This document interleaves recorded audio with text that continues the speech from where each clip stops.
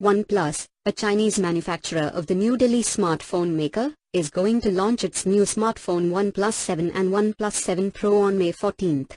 Just before the launch, two color variants of OnePlus 7 Pro have been leaked. Two color options of OnePlus 7 Pro have appeared in leaked renders from two different sources. These are the colors, Nebula Blue and Mirror Grey. Renders, similar to earlier leaked reports, are similar. OnePlus 7 Pro renders leaked by the site of Germany WinFuture and Ishan Agarwal. On both sides, Nebula Blue and Mirror Grey color options have appeared in the renders. The phone will have a bezel-less display and pop-up selfie camera. Renders have been told that there will be triple rear cameras set up in OnePlus 7 Pro. That is, this smartphone will have 3 cameras behind.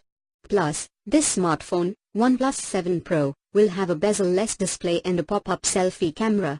There is no fingerprint sensor in the back of OnePlus 7 Pro. OnePlus logo is behind the phone and at the bottom of the phone is written OnePlus. The notification slider has been shifted to right edge and now it is given above the power button. Leaked reports say that the OnePlus 7 Pro smartphone will be powered by the Snapdragon 855 processor. This smartphone can have a 90Hz QHD Plus display.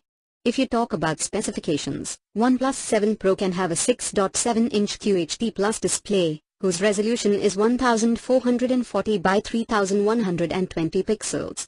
This smartphone can come in 6GB, 8GB and 12GB RAM options.